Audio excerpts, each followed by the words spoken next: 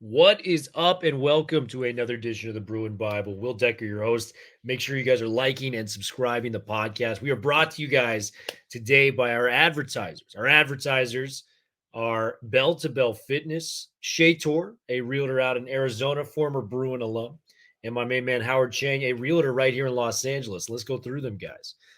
Bell to Bell Fitness is a boxing gym on the West Coast used by their FIT acronym, Fight Inspired Training. My main man, Tony Gonzalez, was the boxing coach for UCLA for over 10 years. He has built this gym on the West Side to learn how to boxing, stay in shape, and get you all the essentials you need to become somebody that is obsessed with boxing and fitness. Make sure to check it out. Go into Bell to Bell Fitness and say you heard about it from the Bruin Bible, and you're going to get a free session with Tony Gonzalez. So make sure to check that out. Shea Tor, my main man. Shea Tor is a licensed real estate agent in Arizona and a lifelong Bruin. He's a current Wooden Athletic Fund donor and football season ticket holder. When not selling houses or going to UCLA games, he loves to travel the country, checking out different arenas, ballparks, and stadiums. If you're looking to make the move to Arizona or know someone who is, please reach out to our loyal friend, Mr. Shea Tor. His phone number is 602-487-3975. Once again, his number is 602-487-3975. Make sure to check that out. And then the local realtor we got out here, Howard Chang. Howard Chang is a local realtor with the Serene team at eXp Realty. Their team has an office right here in Culver City, though they help clients buy and sell homes all over the LA County and the surrounding areas. Howard and his team do a ton of business and are super in tune with the market, knowing winning strategies to give their clients a competitive advantage, have amazing vendor referrals, are a one-stop shop for anything real estate, and just provide a ton of value for their clients. Howard and his partner, Kyle Draper, are UCLA alums and a huge fans of the UCLA football and basketball programs. You will often see them at games, tailgating and networking, and staying involved with the UCLA alumni community. They would love to help any fellow alumni with accomplishing their real estate goals. So if you guys have any real estate needs in the LA area, look no further. Howard is your guy. All right, guys, we're going to go into the episode. We're going to talk about our betting partner, BetOnline. BetOnline is the world's most trusted betting platform and your number one source for everything football. BetOnline has every stat, every matchup, and even live odds and spreads to bet on during the games. Think you know your stuff? Get in on our $200,000 mega contest and pick 5 games against the spread every single week for your chance at weekly prizes and a share of $200K. When the game's over, head on over to our online casino and get in on a game of blackjack or poker, or unwind with one of our over 150 slot games. Head to the website today to get on the action. BetOnline, the game starts here. Well, guys, we're not going to make you wait any longer. Here we go. UCLA Bruins, madman, coming away with an electric victory on the road at Lincoln, Nebraska. The third win in the program's history in the hollowed Big Red Stadium out there. The last one was in 2013 under Brett Hundley. The one before that was in 1948, before the Big Red Machine got things going. I predicted Nebraska was going to come out there and beat us pretty bad, given what happened with Ohio State. Madman, I want to say for the record, I have never been so happy to be wrong in my life. UCLA coming away with a dub 27-20. So many different places to start. Talk to me. Where were you watching the game? What were your emotions like during the game? Such a huge victory for UCLA and Deshaun Foster as we get into the Big Ten play. No question about it, Will, and I'm right there with you. Look, we talked about a couple of things of how we thought this game was going to go, and I've never been more happy to be wrong in my life. I think the premise, Will, if you recall, of our argument was, is this offensive line going to hold up enough to allow Ethan Garbers to be able to get the ball off quick enough? Because we felt like there were advantages on the back end to our pregame show.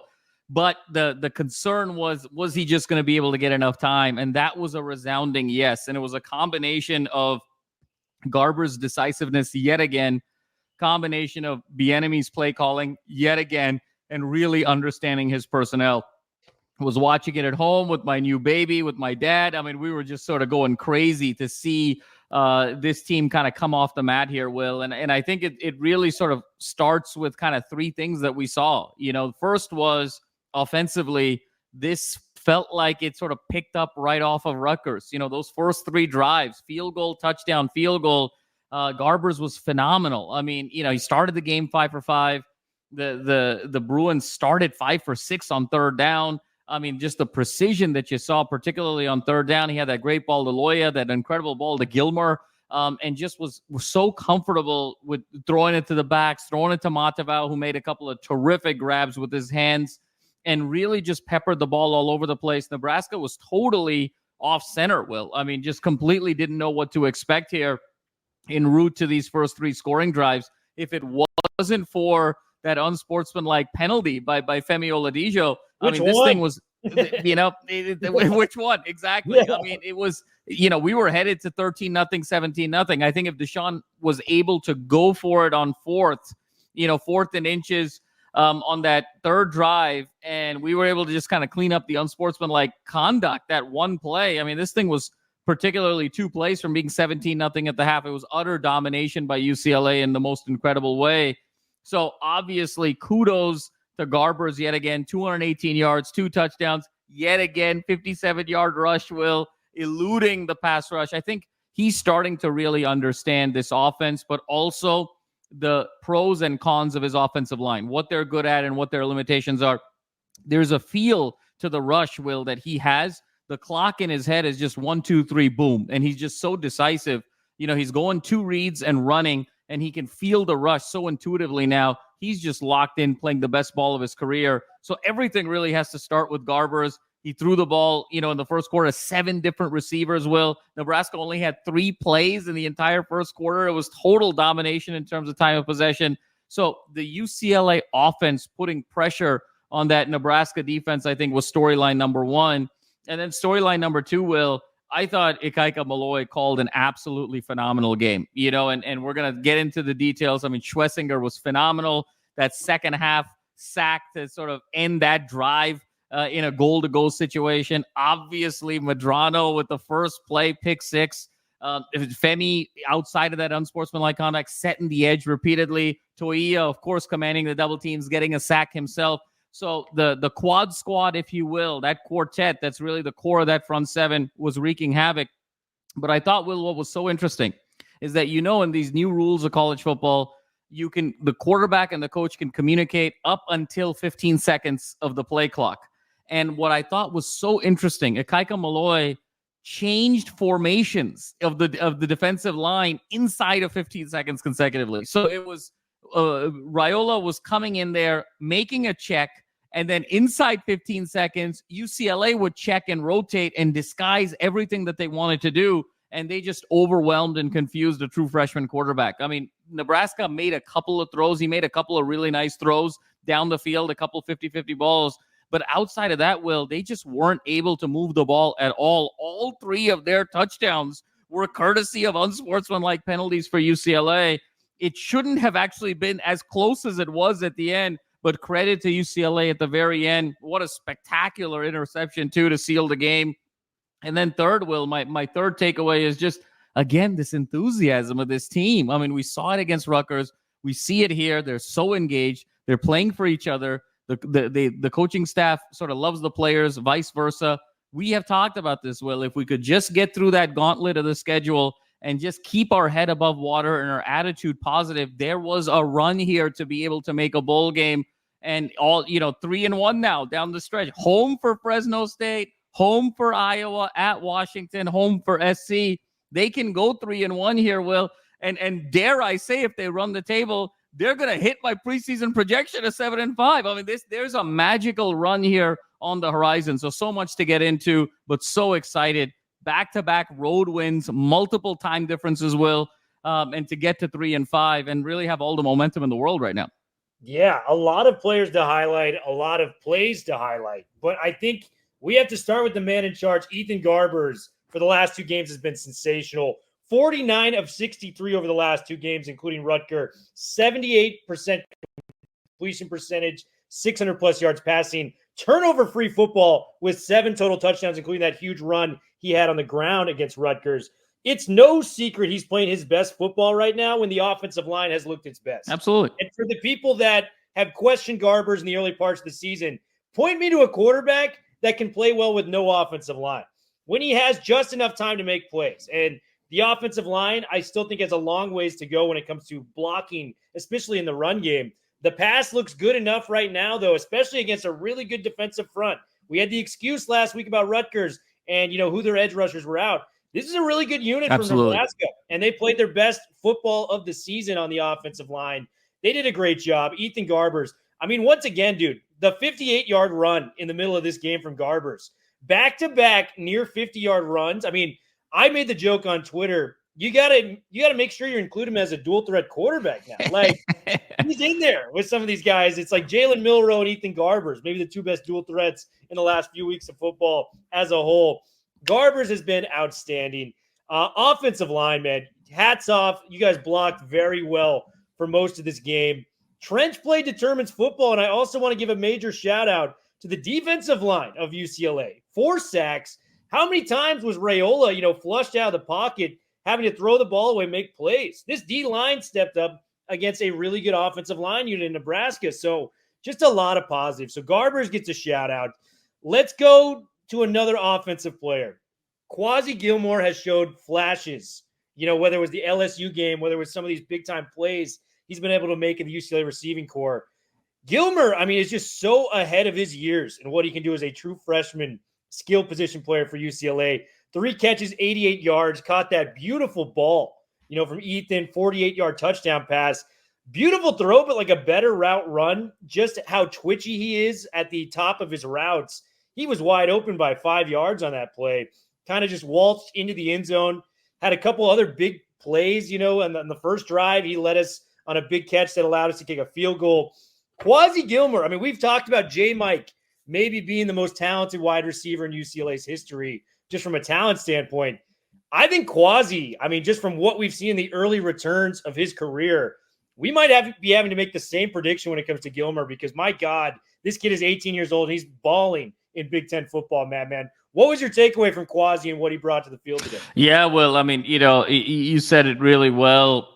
Just the explosiveness. I mean, we've talked about just his ability to get separation, but to be able to do it sort of consistently at will almost against guys that are 3, 4, 5 years older than him. That's what's so special. And I love the play call too, in terms of especially the touchdown, because if you recall, Will, it was the sudden change, right? The first play of the second half, Madrano goes pick 6. It's 20-7. Huge. Nebraska runs the ball. We needed that. That was huge. Yeah. They sort of methodically run the ball. They're on the other side of the 50. I think Matt Rule rightfully felt like they needed to go for it on 4th down, on 4th and 3 at about, the UCLA 45-yard line. That play sort of got blown up again. Raiola was just so confused by the line audibles inside of 15 seconds on a consecutive basis. And then you have this sort of sudden change, and then you go play action, 2 plays later to Gilmer as your ultimate home run guy. And also sort of, Gilmer, Will, he sort of got it all. And just the sky is the absolute limit for him in terms of what he can do. And I thought, you were mentioning J. Mike. Shout out to J. Mike. What a tough catch he made across the middle there. Got absolutely popped. Had to leave the game. Was in street clothes by the end of it. But everybody seemed to sort of contribute in a very significant way. And Will, I want to go back to one point as well. I thought Bieniemy called a phenomenal game here, even in terms of his commitment to the run. And I know there wasn't, a ton of run plays that you could sort of hang your hat on and say, man, there were some great runs. Berger had one nice run. There was a tremendous run on 2nd and 17 by Harden, to get that first down. That was phenomenal on the pitch. And then, of course, the Garber scramble. But outside of those 3 runs, it was sort of stuffed at the line, 1 yard, 2 yards. But what he did by sticking to the run was keeping the balance and keeping the defense honest, where they couldn't shoot the gaps. They couldn't cheat. They had to sort of maintain gap integrity. And in so many ways, it was the running game that set up the passing game because of UCLA's commitment to it. So even though it wasn't successful, oftentimes you have to run the ball, not necessarily because of what that very play is going to get you, but how it serves as an enabler to your passing game and setting up other elements. So again, Will, I thought Gilmer was fantastic. He's kind of the home run threat along with J. Mike, 88 yards off of 2 catches. And then I thought the balance was also absolutely phenomenal. Yeah, a lot of balance from the team. And, the play call that I saw that was working, not to a high level of success, but higher than we've had traditionally in the run game. Toss. It's the draw play. It's the draw play. But they delay it like it's going to be a pass for a second and a half, and you can get 3 to 4 yards off that. I saw that multiple times with Berger, with Harden, with Keegan.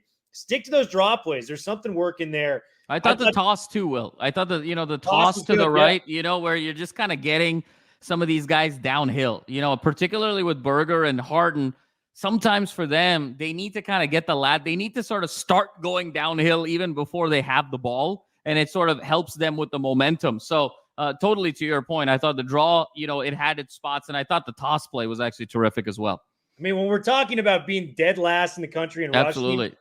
Rushing, 2 more yards on those run plays is a huge difference from being 3rd and 8 and 3rd and 6 to 3rd and 5. So we talked about Quasi. Matavao, man. I want to bring up Matavao. What a beast. I mean, Garber's made 3 incredible throws today. One was the touchdown we mentioned to Quasi. One was the play you mentioned to J-Mike, fit it between 2 defenders. Even more impressive from J-Mike just to hold on to that football and, move the sticks for UCLA. The pass he made on 3rd down to Matavao in between 3 defenders. Garber's was looking just, like a prime seasoned NFL quarterback. Totally. Throws he was making. Matavao has just been awesome too. 4 catches, 52 yards. He had that one screenplay, one of the better play calls that Bieniemy had. Fake toss to the right. Garbers rolls out. Matavao in motion. They picked up like 20 yards on the opposite end. I thought Matavao was sensational. Peppering around the football, man. I mean, we talked about it at will. I mean, 9 guys had catches today for UCLA football. It was phenomenal. And 7 of them caught balls within the first quarter, Will. So it wasn't like there was some sort of methodical effort to sort of get, certain guys involved first and then sort of work their way off of that. This was, equal opportunity offense in every sense of the word. And Matavao, Will, I mean, he's just got the best hands of anybody on the team. That throw you mentioned, kind of that inside slant almost. There were 3 guys right around there. Garbers had to be pinpoint with it, and he was.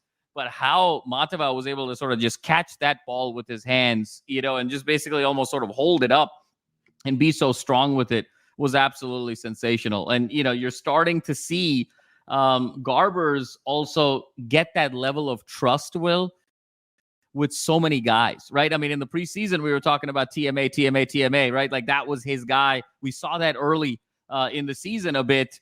Certainly saw it a ton in practice, but now it feels like it doesn't matter who's on that other side. Whether it's Loya on a 3rd and long who made a really nice catch, whether it's Gilmer, whether it's Matavao, whether it's J-Mike, whether it's Keegan or Harden out of the backfield, whether it's Pierre, he's dialed into this offense in a very significant way.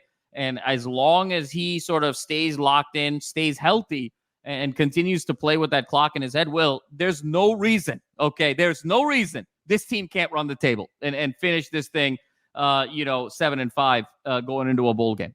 We got to pack the Rose Bowl. And I'll just make an argument back. It's like we've always had these talented receiving room, when it comes to the tight end, the skill positions. We've said for months in the previews that the skill position room is among the best that UCLA's had in our fandom. All that matters is you have time to finally throw the football. Like when Garber's looking for that 2nd and 3rd read, he actually has time to breathe back there and he can make those plays. So everything is kind of a dictation on what the quarterback can do. You need the offensive line right. You need the skill position players right. You need the offensive play calling coming, and then your quarterback can be successful. And that's really what happened today at Nebraska. Gosh, he was breathing 2 to 3 seconds longer than he has, man. No doubt. We were swimming in the deep end this entire time when it came to giving Garbers, availability back there. That was just frustrating as a fan. Well, I mean, it's what we have said all year. One is the skill position. This is the 3rd best skill position room in the Big Ten, okay? Yeah. Outside of Ohio State and Oregon, UCLA, Indiana, USC are all in that group, that number 3 group, better than Penn State. Okay, let's just put that out there. UCLA's got a better skill position room than Penn State. Okay, outside of Davis Warren, it's not even close. And you could split hairs between sort of Indiana, SC, UCLA.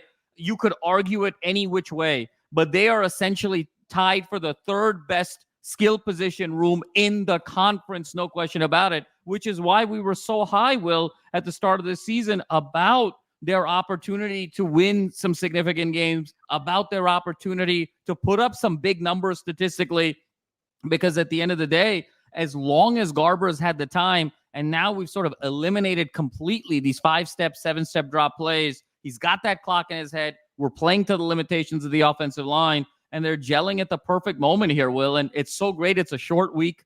Iowa next week on a Friday. Keep this momentum going. Look, this is going to be a very dangerous out. If I'm USC, if I'm Washington, I am nervous about what I am seeing in Westwood, because this team has the capability to make a run here. And how sweet would that be for Deshaun Foster year one if he could win that, get to that bowl game? Will it really sets him up for an opportunity for success, and we're all rooting for him.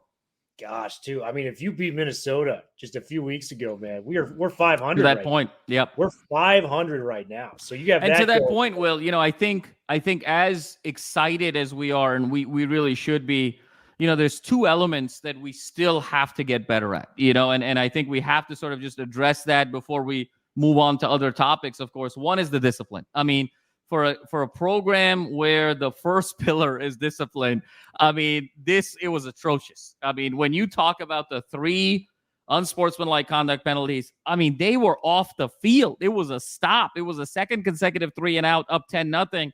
UCLA was about to run away with the game at that point. Okay. Yeah. And for Femi to do that was really difficult. The second drive, after it was 27-7, after the great Gilmer touchdown, you're in a 2nd and 9 situation.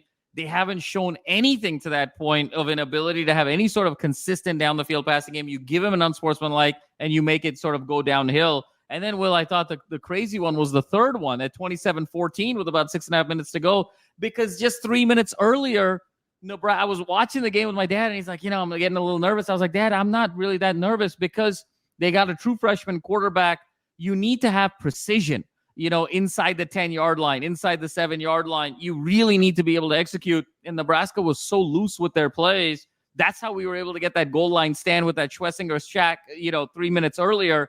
The fact that it was 4th and goal, Will, and the fact we gave them a fresh set of downs that allowed them to just sort of pound it in there. So we have to sort of address the discipline moving forward, because I think we got lucky given the circumstances there. And then number 2, Will, I think, to our earlier point, it worked out. It all worked out. But I think when you're less than a yard to go with the way this team is playing, you got to go for it. And twice now, one was obviously in the first half, we settled for the 3. And then on the 4th and inches to kind of seal the game, again, there was an opportunity there. And for all that was great, Will, I thought we were a little fortunate on that last drive, because, Nebraska was having time. They were moving the ball. So to put it in their hands was a little bit challenging there. So those are the 2 things I think we got to address, is the discipline and the decision-making in short yardage situations. If we can address those 2 things, Will, with all of the other positives right now that we're seeing these last 2 weeks, I will say it again. I expect UCLA to win the next 4 games. Yeah. And, I reflected on those 4th downs, because the one we talked about at halftime, I thought they should have gone for it. And they nearly got off a play, in the first half. They were going for it on that 4th down. They ultimately didn't get one of them. But I think just with how bad this run game is, that's the fear that they have. You're not one of the worst. You are literally the worst run offense in the country. And it's not even particularly close. Without some of these Garber's runs this last 2 weeks, like, we're looking at 2 to 3 yards of carry max for the team over the entire game. So when it comes to those 1-yard situations, the defense is licking their chops. Like, if you even just had an average run game, I think guarantee they go for 2 of those 3. The Minnesota one, I would have gone for personally. I understand where the ball was located at, but you could have put the game away there. With the run game being as bad as it is, I think that's the pause that they're holding on to there. Yep. No, you can totally justify it, Will. Yeah. Even with Minnesota, even here, I think just sometimes kind of putting it, sometimes I think Deshaun sort of outthinks himself a little bit. Like, Rule called a timeout, then Deshaun called a timeout.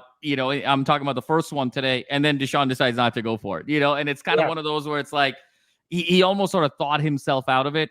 And I also understand on 4th down, in this situation, you're dealing with a backup quarterback. Raiola got knocked out of the game. The chances of them kind of driving 80 yards on you, because they've shown you nothing the rest of the way. So I understand the decision-making. Having said that, I mean, Nebraska got, past midfield and they were starting to roll a little bit.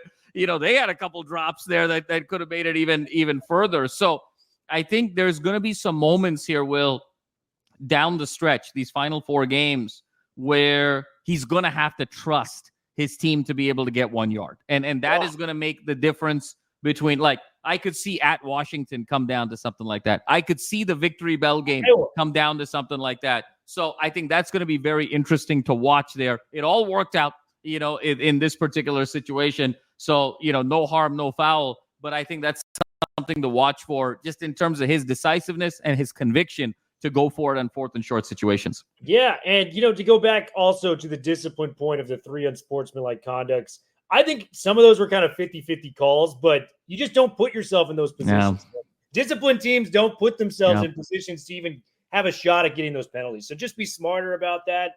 I know the whistle was a little quick today from the officials. The Ollie K-out one was clearly one for me where he just kind of shoved that lineman in the back. You got to make the call on that one. Let's move to the defense, man, because defense, I mean, Malloy, I think, may be the MVP of this game. If you really look at it from a coaching staff, I thought he was outstanding in his call. And, we've been talking at lengths, especially at the beginning of the season when Lynn was kind of having that run at USC. We're like, you know what? Dang it, man. Like, if we brought back Lynn, this defense would be in a different stratosphere. Malloy has proven his worth over this season. And, we had questions about the secondary coming into this game. Secondary looked outstanding. Kalen Moore not only got that interception to seal the game, he made a couple deflections on some balls that made it 3rd and long, or got the punting unit out for Nebraska. He was outstanding. I thought Kirkwood on that, I think it was like 3rd and goal before we gave them that first down again on an unsportsmanlike conduct. He locked up that receiver on the right side. The secondary was outstanding. The defensive line, as I mentioned, man, we actually had a pass rush today. We went multiple weeks. We went like a month without a sack for this unit. To get 4 sacks today is such progress, especially against a Nebraska University football team that prides themselves on having these tough offensive linemen. I mean, you and I, grew up in the late 90s, early 2000s. These Nebraska offensive linemen, like that, that's what they're known for, man. These Cornhuskers, these big farm boys out there making blocks out there in the open field. So we could talk about a lot of different guys. The 2 guys I want to start on, Carson Schwessinger. And guys, if you read Ben Volch's piece earlier this week, you know what this kid is all about. I mean, this kid isn't just good. He might be Big Ten Defensive Player of the Year good if UCLA goes on this run to finish the season.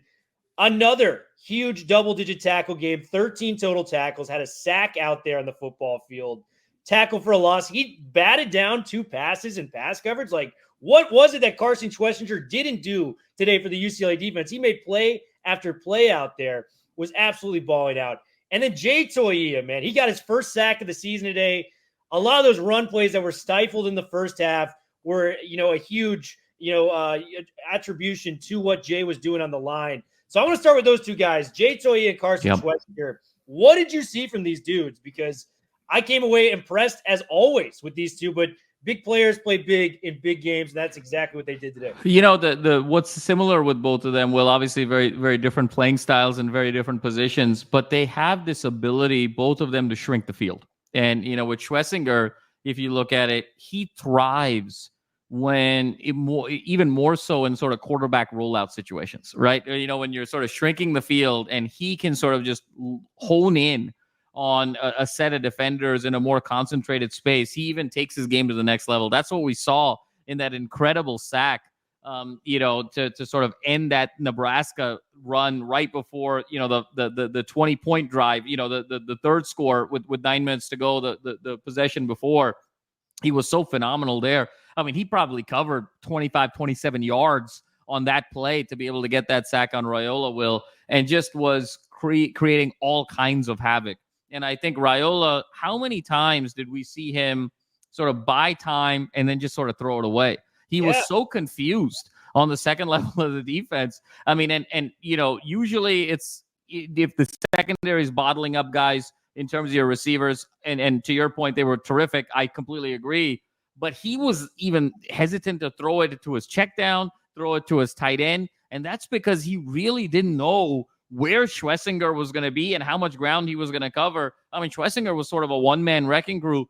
he was actually sort of throwing away from Schlesinger on that first play of the second half, which allowed Medrano to step in there and get the pick six. So Schlesinger completely disrupted this game in terms of level 2 onwards. And then level 1 it's why Toia is the most unique, irreplaceable player on this team. Obviously, for all the guys we're talking about with Garbs and the offense and everything, he was the one guy we said we just cannot afford to lose for everything that he does. Clogs up the lane, always attracts the double team. And then I was so happy that he was able to kind of get his first sack. And it was a really nice outside move, and then he cut it back inside. There was a really nice swim move there. And Toia is absolutely phenomenal and so engaged. They were also fired up. But, Will, I got to go back to that point that you also brought up. I mean, Ikaika Malloy having the wherewithal to disguise everything, pre-15 seconds. And then once you get inside of 15 seconds, how many formation changes, Will, did you see on the line inside of 15 seconds? It was every play. It was Raiola would get to the line, clap, look over, make a check, and then inside 15 seconds, Malloy would change everything. And then it was disguised. Sometimes you didn't know it was coming from the corners. You didn't know if the rush was coming from the linebackers. He was dropping guys. There was such a disguise. I've never seen a game this year with UCLA where the opposing quarterback looked so confused. He had no idea what to do. And it was a testament to these 4 incredible guys on the front 7 and also Ikaika Malloy with an absolutely fantastic game plan. Yeah, they won the mental battle today, just making Dylan Raiola look like the true freshman he was. Yep. And, he had some questionable throws. He did make those turnover-worthy plays we talked about. You can also see the talent level with him, on some of those deep balls. Absolutely. He was hitting those, those 40-yard plus ones he got going for Nebraska out there. We talked about Schlesinger. We talked about Toia. We talked a little bit about Kalen Moore and what he was able to do in the secondary. The Kane Medrano pick 6, if it goes to plan as you anticipate, where UCLA can sweep the rest of the schedule, they win their last 4 games, that's going to be the play in my mind that sticks out. Yeah. That kind of turned it, because even in that point, it's 13-7. Nebraska's got the ball to start them in the second half. They've got them right where they want them. To get a pick 6, the first play of second half football, you can't underscore how big that was for a player we've been talking about all year. Kane Medrano and Schlesinger just are such a fun linebacking unit. Talk to me about the environment. You were watching with Papa Madney. That play happens. What were you guys, going off in your living room like? What was it like? Going crazy. So here's and this is 100% true story. Swear to God, swear to my mom. The first play out of the halftime, we're sitting there and we're like, we're up 13-7, but this feels like we should have been up 17-0. And we were kind of lamenting about, some of the missed opportunities. And we're really concerned about, the fact that we were only up 6, having dominated this game, because how much football and you and I will have watched, we've analyzed. Momentum is a volatile thing in college football in particular, and you need to be able to execute on a cushion when you've outplayed a team. If you've outplayed a team and you don't have that cushion, that's usually a recipe for disaster, because the pendulum swings back and forth over the course of the game. And my dad said, look, first play everyone lines up. He's like, first play, he turns to me and he says, I just got a feeling we're going to pick this ball off. He literally said that, the first play. And then boom, Medrano makes the pick and then does his pirouette, stays on down the sideline. He says, what did I tell you? What did I tell you? To the point where my daughter woke up from my chest, and looking at what's going on. He said, what did I tell you? So Papa Madney was Nostradamus there on that first play call. And to your point, Will, it totally set the stage for what was to come. Nebraska looked shell-shocked at that point, right? Because you come out, you probably have 8 to 10 plays scripted. You're thinking about it from the vantage point of a 1-possession game. Now you're 2 possessions behind. And then you saw the very next drive, they sort of froze, right? I mean, it was run to get past midfield. And then they had to throw it on 4th and 3, ultimately got stopped. And then the floodgates opened with Gilmer. So it just totally changed the dynamic, the complexion, the crowd, the strategy. And to your point, Will, I think we're going to remember that one if this team goes on a run. It's going to be 7-5. Will, I'm telling you, I'm calling it right now. This team is going 7-5. Okay. This is happening. So Bruin Nation, it's time to jump back on the bandwagon. Okay. Find your bus pass, find the tickets, figure it out. You got to get back on the wagon. This team is going to make a significant run to finish this season, and it's going to be very exciting going into 2025. Yeah, guys, we're going to be having a huge UCLA week 2. Basketball kicks off on Monday. Are we still trying to go to the Rider game? Yes, of course. We're hitting the Rider game, and then we're going to the Iowa game on Friday. So it's going to be a lot of fun. Guys, UCLA is up. We're up 3-5 now. Tell the world we're up. I'm going to use the line from The Wire. We're back up right now. So, guys, you guys have a great rest of your day. Bruins, 4's up. UCLA takes a big-time victory against Nebraska, keeping their season alive. Talk to you guys soon. Have a good one.